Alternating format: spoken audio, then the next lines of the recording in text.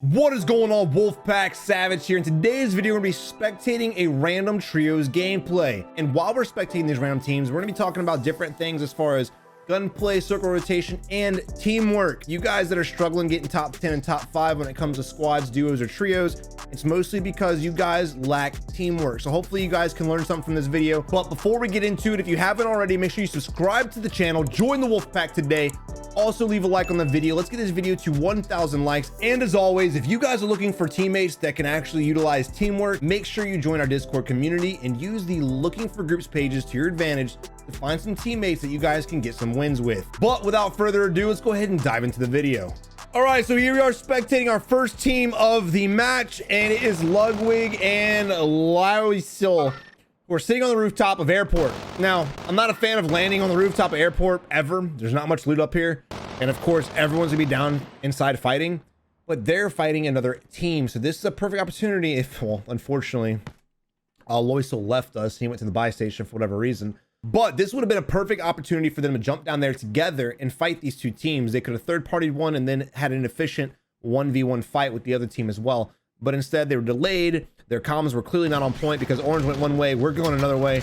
And now we are in a position where we're by ourselves and we could possibly have to fight maybe 6 enemies. But it doesn't matter because we go down instantly in a 1v1 fight. And here we are to bleed out and die. Our teammate's not going to be able to make it back to us in time, even if we don't get executed or bleed out on purpose. There's just no way. And you can see on the mini map, the teammate's actually panicking, trying to figure out where the hell he's supposed to go. He went in every tent thinking that he can go inside. That just comes down with a building layout. Someone in my comments the other day said, Savage, all you have to do is play this game more and more, and the more you play, you will become better. And that is 100% fact. The more you play, the better you will become. You'll learn the map better. You'll be able to have some kind of memory on the building layouts. You'll get better at your gunplay. You'll get better at the teamwork. The more you play, the better you will be. All right, but unfortunately, our boy did lose his gulag, so here we are spectating yet another squad. Now, I'm not gonna lie, I do love jumping from squad to squad. It allows me and you guys as the viewers to view different types of gunplay, because we know damn well that everyone has a huge variety of different skill level as well as tactic. Well, I'm kind of going on a limb saying tactic, but you guys get the drift. Anyway, here we are now with roughly 60. Oh, that just jumped big time. Geez, we need $100. $9,900. We got a chopper, so we should be able to maybe loot this warehouse, maybe these containers right here, and get the $100 and buy our loadout. I don't even know why we got in the chopper in the first place. Get out. $100 is all we need. Or stay in it. Do whatever, brother. What do I know? I'm talking to him. I think I actually hear me weird. All right, but there's a bounty, a most wanted bounty that we're chasing down. I'm not a fan of this at all. Again, we're so damn close to getting our loadout drop. Why would we leave an area that definitely has $100? Even if you don't want to mess with the guys over at military, you can at least hit the bunkers or something and get that $100. But we're coming to this area, and this area is usually pretty hot. Again, I'm not super against playing aggressive, but I'd rather have my loadout. Otherwise, this shit's gonna happen to you. So here we are now. We jumped off to go onto bank, and of course, bank is normally going to be looted no matter what compound it's at. That's just the basic duh right there. Our 2 teammates are on the rooftop of the next building. It doesn't really look like anyone's actually here, but again, we left military base, which is where this team was at, and I'm sure the entire military was not looted. Just to come to this Liberty compound that's probably 100% completely looted. Wait, JK. Yo, Pedroza found an extra $500. So now what does that mean? Buy your damn loadout, right? We've got the money. Why the hell not? No one's really making an attempt to go to the buy station. We're kind of just relooting what the enemies have already looted. All right, green's coming. We're going. Now all we're waiting on is blue. Any day now. It's not like we're in a rush. We have a 4-wheeler just popped up on the mini map, and they're driving away. It definitely looks like this place isn't looted, so let's go ahead and get our shit. Now, one thing you can do, and it looks like this team's doing, is throwing the loadout inside the building. That way it lands on top of the rooftop, which is one of the safest spots to get it, for sure. But because it doesn't seem like there's an enemy here, I really wouldn't worry about throwing it on the rooftop. You want to get it out as fast as possible because we've already wasted so much damn time. But whatever floats your boat. And again, the whole idea behind time management in this game is so that you guys can get more kills. A lot of you guys are like, I've gotten 3 kills, I've gotten 4 kills, I can't really get 10 kills. And it's mostly because you're not utilizing time to your advantage. Half the time it's not even a matter of being really good at the game. Most of the people in your lobby should be of relative equal skill to you, minus the reverse boosters and hackers. So we spot our sniper glimpse right here, just staring right at us. That's also a given because, of course, they see the care package fall in. We have 2 vehicles driving towards us, and one of them is the most wanted bounty, yet we're not really doing much with it. I really don't recommend sitting on top of the ledge trying to snipe and hard scoping. If you don't see the sniper, you need to jump off because you're an easy target. Easy target. Sometimes we get these lobbies and it mind blows me. It absolutely mind blows me.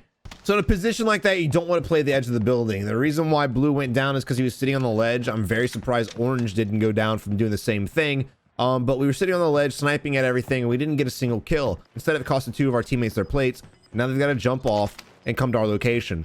I'm down with the recon objective. If you guys are looking for a way to find out the best rotation strategy, recons are your best bet. You can be super passive, you can be super aggressive, and recons are still a great tool that you can use to your advantage. We have a loadout drop right here. We have an enemy sitting in yellow house. He's inside yellow house. That's where the blip came from. And he's just taking free rocket shots right at the helicopter. Probably going to make the helicopter completely useless. Smart play by the enemy. All right, so again, back to time management. We have 54 seconds before the circle rotates and forces us to leave this area. What can we do right now? We can either A, push this team. I don't recommend it. Because the fight's going to take longer than 44 seconds. Not to mention, we have the flag objective, the recon objective, which is basically useless as well. Or we could take the chopper and get out of here. But because this guy's having a field day with rockets, I definitely don't recommend it either. Not to mention, we haven't killed this guy in this house, and here we are running up the hill without even looking.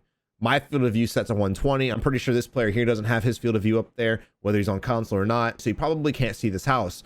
So we're saying that if you're going to be running out in the open, make sure you're looking around you, especially if you know where an enemy's at. There's no reason for us to be running up the hill right now and not at least getting our crosshair on that window every few steps. You want to always be scanning the area. That way, if he peeks, you can take some easy shots. And here we are looting the crate right in the middle of the open, taking our teammates' cover away. And again, 20 seconds, and here we are sitting here with an M4 that has a pretty decent build, honestly, but it doesn't have a scope. So I really don't feel comfortable shooting a guy, head glitching a window with this gun. So again, I highly recommend a VLK, a red dot, a hollow, something on this. Now, blue's pushing into the house by himself. We don't know if there's a 3-man in there. We don't know if it's a 1-man.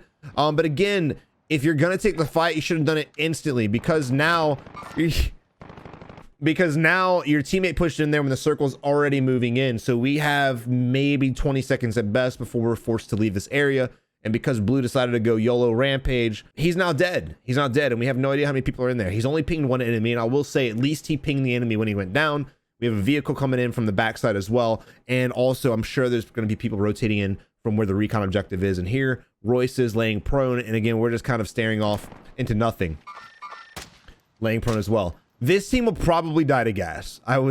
This gas isn't going to move that fast, but I would imagine this team's probably going to get caught up in a fight or something, and they're probably going to end up dying to gas. Here's an enemy flying in right now in the parachute.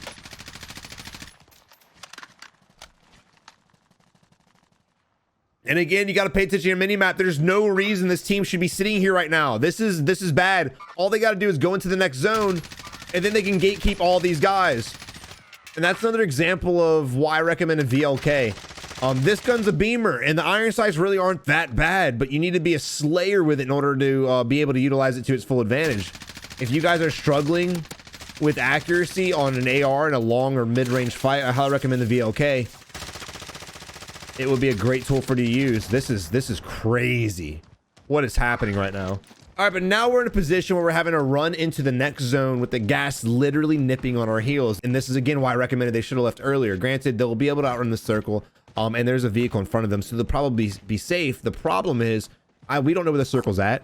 And even if we did, there's going to be teams gatekeeping everybody coming in from the edge. That's what the game is about. People love sitting on the edge of the new zone, waiting for guys like this to come in so they can blitz them down. Not to mention on a four-wheeler. Very easy to get shot off of four-wheelers. Now, I'm not going to really be slaying anybody's builds on the guns and things like that because we're all still trying to learn the new meta. And yes, I know there's a few guns out there that we're already aware of are super OP. But again, until the meta's actually solidified and people have leveled up their guns, I'm going to kind of refrain from making fun of people's builds. All right, but now we're in a position where we're finally safe and we decide to go hospital. Not really a fan of the hospital push. I don't ever recommend fighting here, especially if you're a passive player, which is exactly what the squad seems like. Hospital's a hard place to fight in the first place. And if you're a newer player, it's going to be even harder. You're going to run into campers, you're under some sweat, and it's a very hard spot to navigate. Not to mention, if the circle does rotate out of here, We then have to move in the open with very little cover to the next spot. Weird. I think he got killed by a camper. Who would have called that? But now instead of going here to at least try to help our teammate get the kill, and there's probably some more enemies, we're sitting here looting, picking up random shit. Meanwhile, our teammate goes down, and now we are forced into a possible 2v1 situation. All right, we got the heartbeat. Holy shit. Like I said, hospital's either full of sweats or full of campers. Unfortunately, they ran into a group of campers, and then I think a group of sweats ended up coming in at the end and cleaning them up. But now we're in a position where we have to get our teammates back. Hold your position right here. Wait to find out if your teammate wins his gulag or if he loses his gulag. If your teammate wins his gulag, there's really no reason to pick up the most wanted bounty. But if we dive on it too early and he does win it, now we're kind of forced to either pick it up or we're in a bad spot. I don't like this position. Okay, he lost the gulag anyway. I think he's pretty confident that was going to be the outcome. So maybe in their case, it's a little different. But pick it up. So what do you do when you have a most wanted bounty? Get in a vehicle and drive around. You don't want to be in areas like this because you will get shit on again by a team of sweats and or campers. You have a team coming on you right now. All right, good shit. Way to utilize the ground loot weapons and absolutely shit down this kid's throat. But he did come back from the gulag as well, so he didn't really have much to contest you with. And again, we need to get in and get out. I will say, instead of grab the most wanted bounty, because we're in Promenade, that's a waste of a cluster strike. But because we're in Promenade, you could probably ghost your way through this compound and get enough money to buy your teammates back. I mean, we're already sitting $200 away from getting one of our boys back. All we really did was shoot up a giant flare to the entire map, telling everyone where we're at. But if you guys don't feel comfortable enough to be able to run around throughout a compound and loot it and get money to get your teammates back, or you just don't feel like waiting that long to find money, then go ahead and grab the most wanted bounty. But make sure you don't camp up one position because you're probably going to get pinched from multiple teams. We've got an enemy down below us we need to go ahead and take advantage of. He's getting the res off. We can hear it now, and he hears it as well. He's going to go down there and hopefully get the kill. Oh, the spraying, bro. No. All right, so we went down there full balls to the wall. I probably would have executed the enemy when he's still on the staircase, within range, within visual, instead of allowing him to crawl down there, forcing me or forcing ourselves to put ourselves in a bad position and going down there in a possible 2v1. Now, like I say, guys, you got to pick and choose your fights. Now, if this guy stands on a ledge, by all means, blaze him the hell down, but I wouldn't say he's too hyper-focused on that area. I would definitely go around and try to get other kills, easier kills, and or push that building. I'm not saying bail from the fight, but sitting here with this long distance range, trying to pepper each other back and forth, even if you get the knock, what's going to happen? That's right, they're going to get res. So it's saying that, all right, your teammate got a pick. I don't know how he got the execution. The guy must have fell off the ledge, I guess. I don't know. But with saying that, again, you didn't have to run from the fight. Wait for the pick, and as soon as you get a pick, take the zip line up, coordinate with your team, and push the fight. What I don't want you guys to do is waste your time sitting in one building while they sit in another building, and y'all just trade shots. If you can't get the kill, force the fight and or bail away from it and fight other teams. Well, we've got a scavenger objective activated. Green's over there relatively close to it, and then these two players are sitting well into Promenade, fighting the squad. So we have a little bit of separation. I'm not really a fan of. I don't really understand why they activated a scavenger objective if they're not going to go for it. I definitely recommend always getting scavs that we can get money. This guy's easy beams. Oh no. Oh brother, no. He needs you see that guy? So aim assist really helps out with this player. You can tell he's on controller because right when he's around the player, it instantly locks on and it beams him. But whenever the enemy sidesteps or he loses track of him, he overshoots back and forth. The enemy's standing right here and his crosshair just kind of goes everywhere, but as soon as it crosses his body, it beams for a second, and then when the enemy steps out to the side, he loses track of it, and then he can't track the target anymore. And again, he needs to turn down his ADS sensitivity. I'm gonna start beaming this into you guys' head because that's one of the things I think most players don't even attempt to do. Even if a lot of you guys hear me say you need to change it, y'all probably like, nah, I don't need to change it. Yeah, you do. It'll change your game drastically, legitimately almost instantly. So make sure you change your ADS sensitivity because one is absolutely ridiculous. And I know that that's the case because the Kilo is one of the most accurate guns in the game. There's no reason for him to miss any of those shots. He should have been able to get those kills relatively easy. Now, I don't really understand the teamwork that we're doing. Again, Green is off by himself doing whatever the hell he's doing. And then we're on this rooftop and Chabert is over there. We know there's at least one more teammate. Not sure exactly where he's at, but we could probably hawk him down because we did see him. We know he's relatively close. Now we're on the edge of the gas too. So since we're on the edge of the gas, you at least want to peek. You at least want to peek to the east and see if anybody's coming in from train station. All right, we got a guy long floating. If I can see this, long floating in the air. He's just literally sitting there holding the shoot. Easy beams. Take advantage of this, guys. If you don't have your field of view set to max, make sure you do so. If you're on console, hopefully that option will come to you guys soon. And then when it does, make sure you set it to 100 or 120. Definitely is what I recommend. That way you can see shit like this. That way you can see these guys and beam them out of the air. Because again, with the Kilo or the M13 or whatever AR that beams that you're using, this is a very easy kill. Even at this range, you can light this son of a bitch up. Now, I always tell you guys to try to practice teamwork and stay together. But again, I'm not telling you guys to ride each other's pockets. I'm telling you guys to at least play in sync. Have some kind of plan of action and then execute that plan flawlessly together. Even if you die, as long as you're using teamwork and you're getting better, that's all that really matters. Eventually, you guys will become a good-ass squad and you'll be able to bulldoze through teams. Here we are crouch walking our asses off. Don't ever crouch walk, guys. Because what does that do? It gives the enemy ample opportunity to beam the shit out of you. Again, if you just would have walked through the door, what would have happened? Oh, the enemies would have heard you coming. Guess what? The enemies are already planning for you guys to come up from staircases anyway. Even whether they hear you or not, doesn't matter. You're not gonna be able to sneak up a staircase on the edge of the zone. But Chabert, man, Chabert's absolutely destroying it, man. I'm not sure how many kills he has, but we're spectating the wrong guy. He went ahead and called back gun, and here we are jumping out the window, exposing ourselves to the building. We're already aware someone's on. But I will say this. Blue never pinged that building. Blue saw it because we were spectating Blue. We know he saw the enemies there and he never pinged them, not one single time. So maybe Maynard has no idea. Gun going right back to his loot, which is usually expected. I would be very surprised if no one's sitting on the staircase watching it. Can we see what's up the stairs right now? Can we see this shit? No, we cannot. But can the staircase see us? Yeah. So if the guy's sitting up here just holding this staircase angle, guess what? We're going to be dead. And I see people do this shit all the time. And I think it's more out of laziness than it is not knowing. You guys just need to keep visual on what you're trying to go to. That way, if you round this corner, you're already ADS'd on it, ready for an enemy to be there. If you guys are just kind of rounding the corner all lazy and shit, you're going to get blown away. Weird. And the rest of the reason why I stop the video every time I'm on a staircase, because 9 times out of 10, that's exactly what you're going to run into. That's not anything special. That's not any kind of new advice, but it's something, again, that we see so freaking often. I want to start highlighting the hell out of it. What may seem basic to a lot of you guys, trust me, is not basic to most players. So again, here we are. Chabert's got the kind of a right idea. He's trying to play the edge of the zone and wait for this team to come out of this building. So I like the fact that he was on the rooftop that he just jumped off of.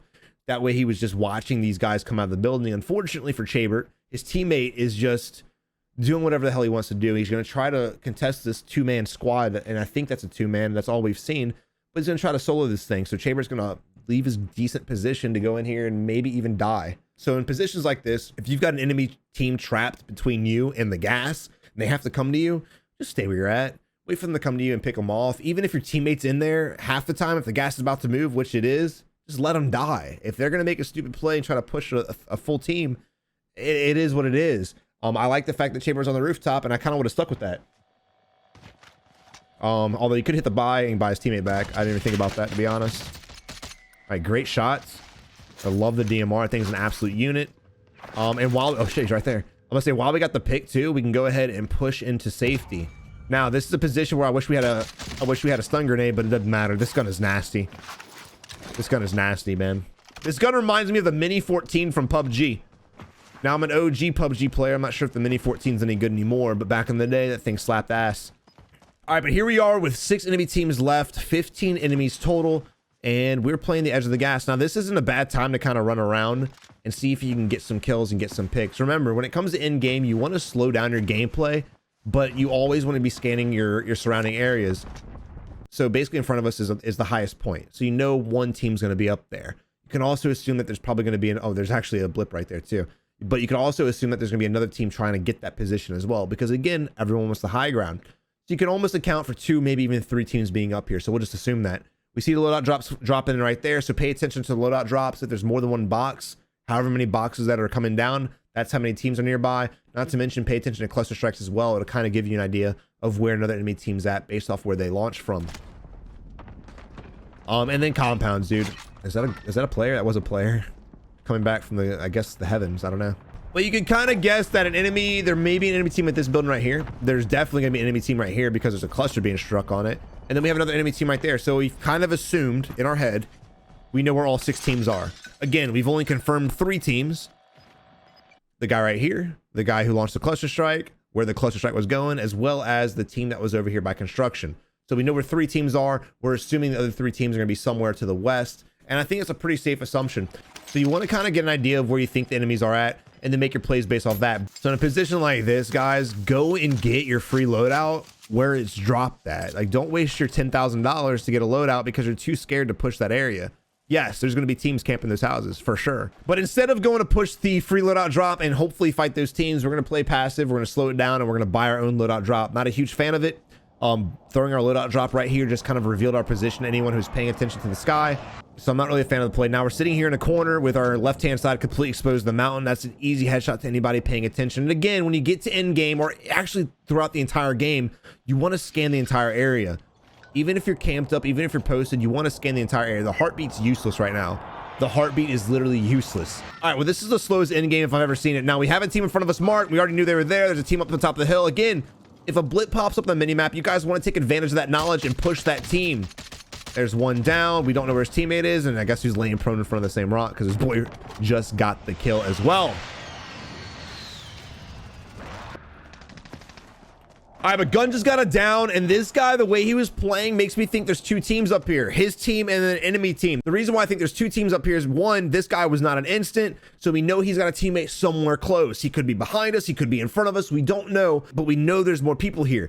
Not to mention, he was kind of crouching behind a tree playing very passive, which leads me to believe there's probably an enemy squad at the statue. Also, the fact that there's like 13 vehicles over there and a buy station. This could be a 3v5 potential fight. You got to play this very careful. What you want to do is kind of spread out. You don't want to push this buy station together, because if you guys are just lined up together, guess what? You're lining up for kind of a collateral. What you want to do is create separation. That way, when he's shooting at your teammate, you guys are further to his right-hand side and y'all can clap him in the side of the head. You don't have to leave your teammate. Just create a little bit of distance. That way you guys can hit the enemy from multiple angles. But again, with saying that, there are 2 teams. He could be behind you. He could be in front of you over here to the west. So make sure you're looking at all angles, even while you're in this fight, because the last thing you want to do is put yourself in a position to get third-partied. All right, we've got a ping. That's pretty given. Got a guy coming back as well. Now, because these guys have safety and because these guys are in the next zone, they're probably not going to push that kill. So you're relatively safe to get the res off. Oh, shit. One's pushing out. There's actually 2 of them. Now, I don't like this. We're basically running back closer to our team. And again, giving the enemy an opportunity to line up his shots and get easy triple. And then lo and behold, another enemy comes up from behind us, gets the pick, and then the other squad comes in as well. And absolutely, oh shit, good shit, Chamber. Yeah, I'm not really surprised they came up behind us. Again, I already suspected there were 2 teams over here. And there's the other team shooting to the west right now. Running in. I wonder if he's going to go ahead and sneak that res. I definitely would sneak the res right now if I were him. Yep. Chamber. Sneak it. Come on. Time is of the essence. Sneak that shit, bro. Sneak it. What are you doing? Just looking at it. Sneak that shit. All right. So we're now in a position where it's a 3v4. So we have the advantage, most likely. I doubt it's a 3v1. This is what I don't like right here. I don't understand why we're going this way. So the problem with going over here is the fact that we're separating ourselves further from the circle. Not to mention we're exposing our entire right-hand side of construction. There may be an enemy camping in these little buildings. We don't know. But we're putting ourselves in a position that if we get shot at, we're not going to really have much cover right here. We're going to have to basically jump off or hug these rocks. But if we go to the left and hug these rocks and there's an enemy over here, all he's going to have to do is look down on us and shoot us. That's it. So if I was this team, I would have just played this little bitty area right here, work myself in with the circle, and hopefully waited long enough for the last 2 teams to start fighting each other and then come in with a third party. Not to mention Blue's still coming back from being just bought, and he's gonna have to land to get his shit. So you kind of want to be there to help him get his stuff back, as well as if the enemy teams do push your teammates, you're kind of just leaving them on their own. I respect the fact that he marked over here to tell his teammates, hey, I'm coming here, but his teammates had the better idea, and they said, you know what, screw you, brother, you're on your own. But unfortunately now they're in a position where they're getting spread out. Oh my god, you wasted all of your bullets to get an execution that you didn't even get. That's no bueno, brother. Now we got an enemy right in front of us. Oh, whoa, why would you concussed? What? You have the enemy in front of you, pinged and everything, a live ping, dead to rights. The guy's not even looking at you, and you throw a stun? That's a perfect example of showing you a throw, because now it's a 2v1. 2 teams left, 3 people. That's a 2v1. So we went from having the advantage of a 3v2v1 to getting wiped. Absolute throw right there. We should have played this edge. We should have fought together. We should have killed whatever squad killed our teammates and worked together to do it. Instead, we separated ourselves and got ourselves picked one by one. Not surprised that happened. The moment I saw a chamber come this way, we knew what it was. But again, now it's a 2v1. I don't know if we'll be able to spectate the end of the game. Let's see. There's 2 guys in front of him. There he is right there. Yeah, this should be an easy win. He's not even looking. And this comes down to paying attention. This guy right here should have known that we're here. Savage, how's he supposed to know that? Because we just got in a huge fight. There were just a bunch of gunshots, bullets, tracers, shit, noise, everything over here. He should have known we were here. He should have. You always want to use your audio. Look to where you last heard the audio. Look to where you saw the tracers. Look to where you just knew the gunfight took place. This guy's looking all the way off to the left. I don't know why, but regardless, game's over. GG. But in this video, I really want to highlight the fact of changing your ADS sensitivity always. I want everyone to kind of tweak their ADS sensitivity. Just play around with it in a custom match, whatever. Don't turn it all the way down. I definitely recommend, 0.4 to 0.6. Just kind of play with it for your low zoom and your high zoom. But get it off of 1. The moment you do that, your shots will be a lot tighter, your spread will be a lot tighter, and you'll notice a huge improvement. Also, I see a lot of people using 20 sensitivity. Just because a lot of YouTubers do it doesn't mean it's for everybody. I promise you that. You guys want to get up there. You guys want to build your sensitivity being through the roof, but it's not meant to be used off the bat. Coming out of the gate using the highest sensitivity is absolutely insane. Start working for that, but definitely play within a sensitivity that's good for you. But again, I hope you enjoyed the video. If you did, leave it a thumbs up, subscribe today, and as always, you have a good one and good luck in Warzone. Thank you for watching. I really hope you enjoyed the video. If you did, check out one of these 2 videos over here, and as always, subscribe by clicking that button right there. You have a good one, and until next time, keep on improving.